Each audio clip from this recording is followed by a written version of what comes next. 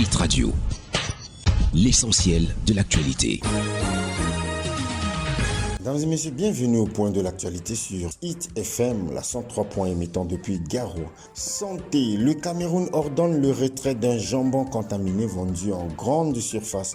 Dans une correspondance du 4 octobre dernier consultée par SBBC, le ministre de l'élevage, des pêches et des industries animales informe ses collaborateurs régionaux que les autorités européennes ont émis une alerte concernant un jambon contaminé en provenance d'Espagne. Un lot du jambon Serrano STG distribué par la société Sodicam est vendu dans les supermarchés serait contaminé par Listeria monocytogène, une bactérie responsable de la listériose. La listériose, maladie infectieuse, se contracte principalement à travers la consommation de charcuterie et de plats à base de viande prête à consommer, ainsi que des fromages à pâte mollée et des produits de la pêche fumée à froid, selon l'Organisation mondiale de la santé, l'OMS. Extrême Nord, le bilan macabre des pluies diluviennes. Au moment où l'Observatoire national des changements climatiques, ONAC, rend public ses nouvelles prévisions météorologiques provenant sur des risques d'inondation sur une bonne partie du territoire, les régions de l'extrême nord et du nord sont déjà en plein dans ces inondations. Les départements les plus touchés sont Mayo-Ganaï, le Diamaré, le Logan et Chari et le Mayo-Tanaga. Selon le Bureau de coordination des affaires humaines de l'ONU OCHA, les pluies diluviennes ont détruit plus de 8600 maisons, inondé des milliers d'hectares de cultures et causé la perte de milliers d'animaux. Près de 19 000 ménages, soit environ 150 000 personnes, ont été affectées. Le département le plus sinistré est le Mayo-Danaï. Contrairement aux années antérieures, les pluies diluviennes ont touché tous les 11 arrondissements du Mayo-Danaï.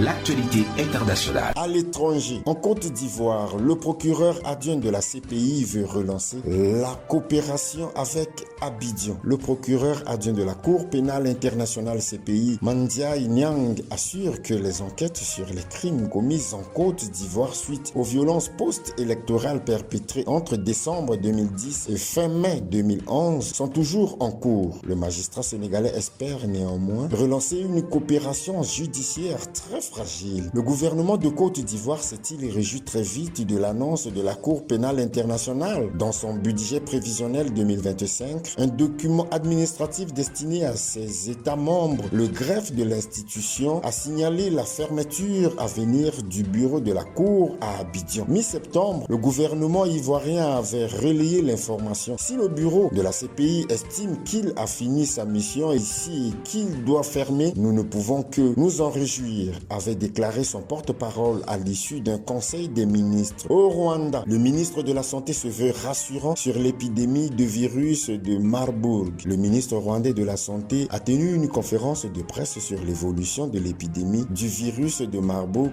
dans le pays dimanche 13 octobre. Malgré 61 cas positifs et 14 décès recensés un peu plus de 2 semaines après la confirmation officielle d'un premier cas de cette fièvre hémorragique provoquée par un virus proche de celui d'Ebola le 26 septembre, les autorités affirment que la maladie est toujours sous contrôle. L'épidémie du virus de Marburg est pour l'instant restée contenue au sein d'une seule et même chaîne de transmission au Rwanda, ce qui limite sa propagation dans le pays. Lors d'une conférence de presse organisée dimanche 13 octobre à Kigali pour faire le point sur l'évolution de la maladie, le ministre rwandais de la Santé s'est voulu rassurant. Et c'est la fin de ce point de l'actualité sur 103.0 émettant depuis Garoua, mesdames et messieurs. Au revoir. Hit Radio, une info d'avance.